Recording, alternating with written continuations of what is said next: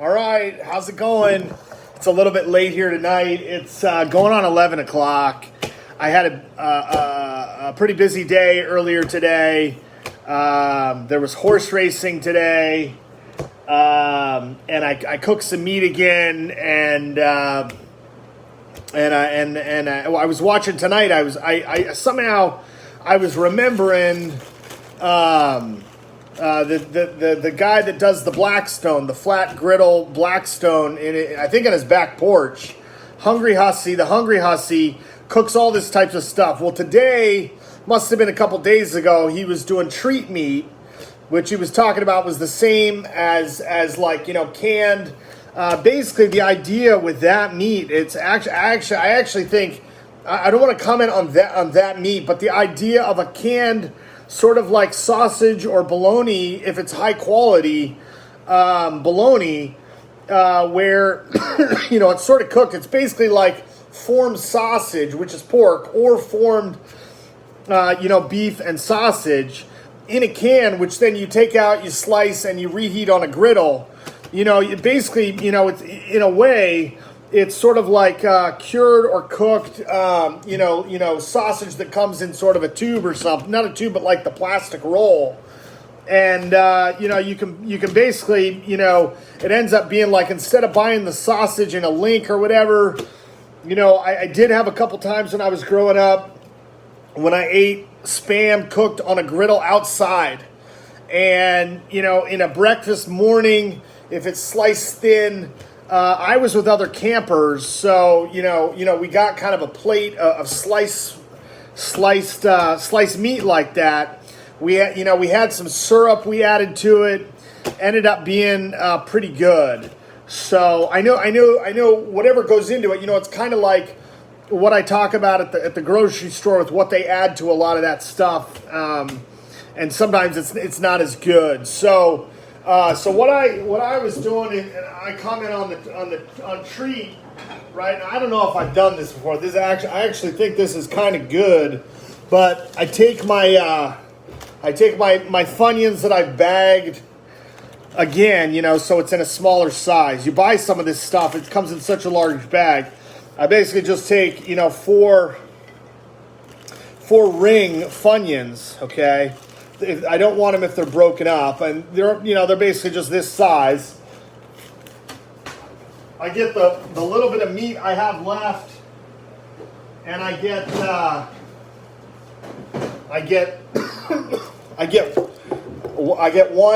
one single cheese here, okay, and actually it actually ends up tasting really good.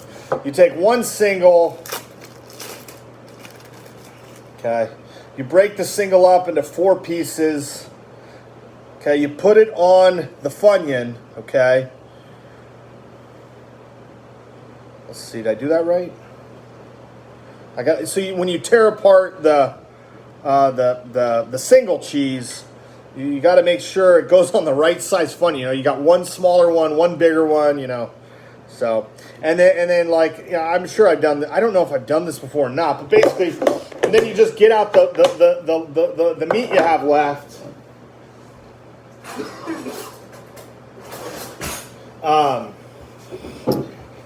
And you basically just, put the meat, a small amount of meat, right, onto each Funyun, okay?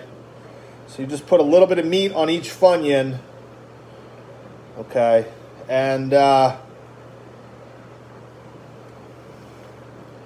the meat goes on the Funyun. I'm doing it with my fingers. Normally you just use a fork and knife, stuff like that. And then just lay that on there. I gotta get a napkin. Sorry about that.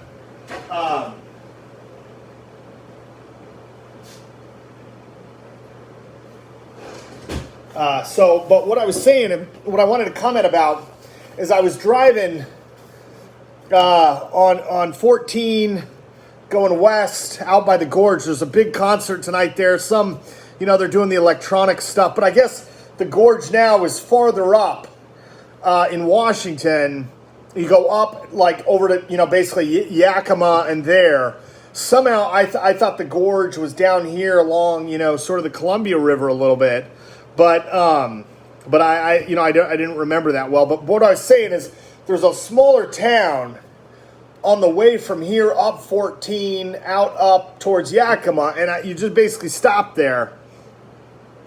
And I somehow was at a Safeway there, bought a bag of onions. I had them here a few weeks ago. I did an onion roast. I put them in the pan. I did the onion roast. I stopped the live because I didn't think it was going to be that good. But what I did is I wasn't able to find, the meat that I wanted to buy.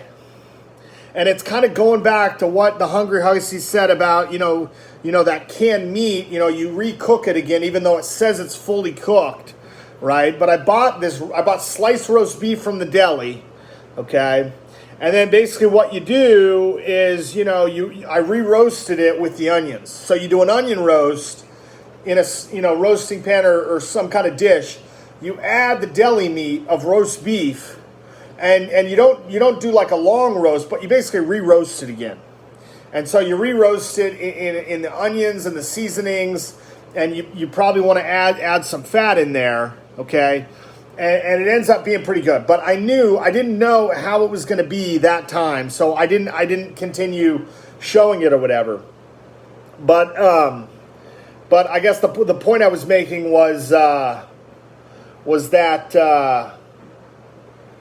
it was good for one day, and then the next day I didn't think it was as good.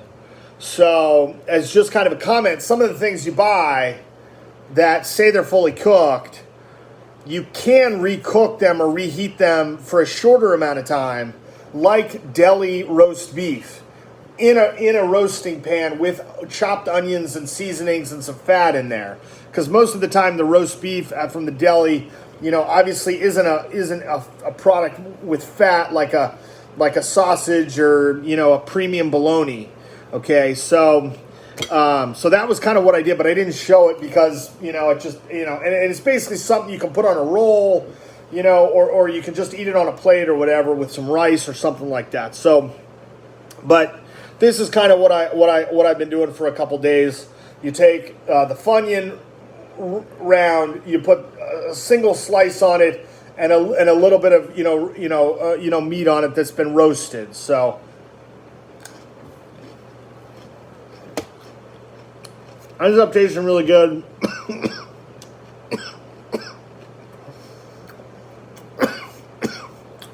Got a little bit of salt in it, but you don't have to worry about the bread. You don't have to worry about the condiments. You basically got meat you roasted with seasonings, some good cheese, and something kind of crunchy on there. I know we started talking about that a lot about, I want something that's crunchy because somehow, I don't know if it was in the 80s or whatever, but everybody was wanting to eat salad a lot. You get that kind of that crunchy salad.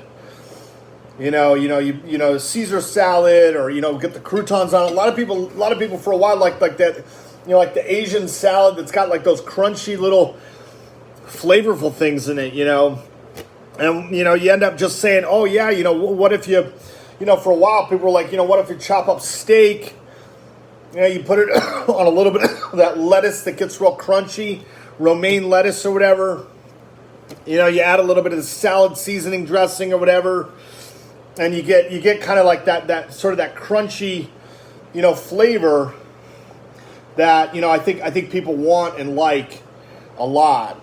But obviously we've had a lot of problems in the news with the problems with salad and contamination, just like everything now. So a lot of times the salad, people stop buying the salad, whether it's from a restaurant or from the grocery store or whatever. But when you talk about buying bread or anything else, you just basically say, want something a little bit crunchy or whatever. And I am coughing now. I don't know why. Normally I don't cough. It must be a little.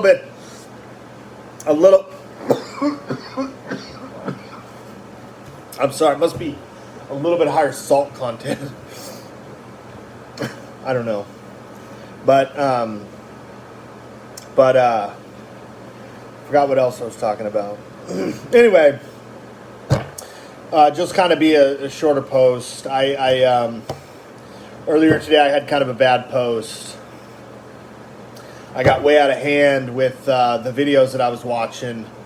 I say I had no idea, but I somehow feel like I've seen Pain and Gain sometime before. I just can't imagine having not being able to remember that movie. But everything that happened today, I didn't really realize that was all going to be on here, especially when it's part of a 3-pack with G.I. Joe. And it just goes all the way back to me showing up at Target or Walmart looking for a Bruce Willis movie, and it ends up leading me to this Pain and Gain movie.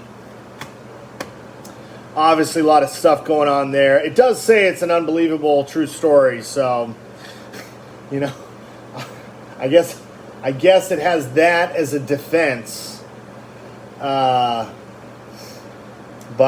probably one of those things you gotta watch from the beginning. They're talking about chasing the American dream and getting caught up in a criminal enterprise that goes horribly wrong. I mean, when that exploding ink, fluorescent green ink, goes way up into,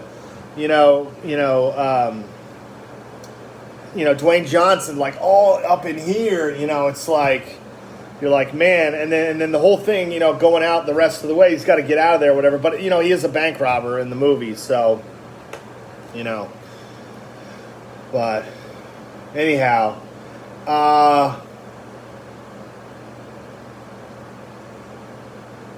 yeah. So I mean, I'm not really set up to do anything else tonight. I just sort of was watching that. I said, oh yeah, I'm gonna go back on and watch, because he was out there on the Blackstone griddle slicing up that canned meat, that's been fully cooked, heating it or grilling it, getting it kind of brown, and what I would say, if I was doing it, that type of meat is almost like something you want to roast for a while, because there is fat mixed into that, and you want to get that fat kind of cooking again.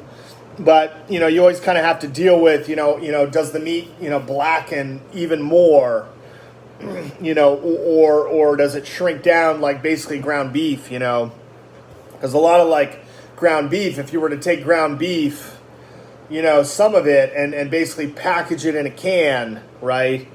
And just similar to like that treat product made by Armor, it's almost the same as kind of like a ground beef that has sort of been cured or cooked, kind of, and you package it in a can like that, and you say, okay, I put it on a grill or something, or on the stove, you brown it, you cook it again.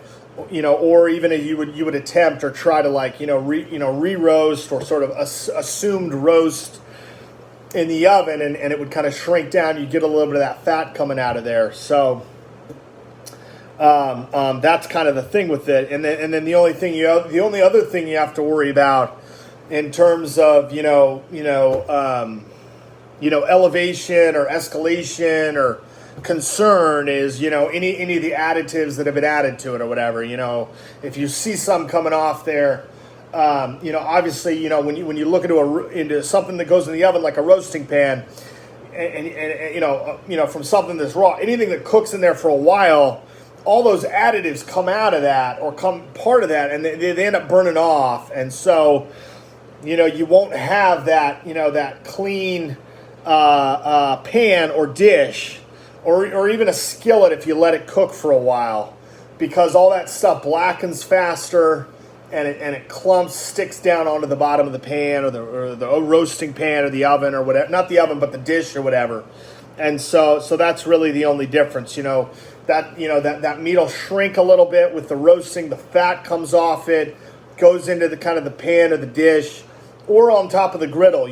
I think that was kind of one of the things that was good about a slower cook, medium cook griddle is, if you were able to kind of keep some of that, fat on the griddle, what you end up talking about is as the meat cooks or the bread is on there, you're kind of chopping it, or you're kind of moving around, you have a bread or maybe a vegetable or something on there that kind of mixes into some of that meat fat, right? And then it kind of comes off the grill and goes onto a plate or whatever, instead of wasting it down the trap hole or whatever that becomes a waste product, because you don't want that, obviously, because that fat is so important, so good.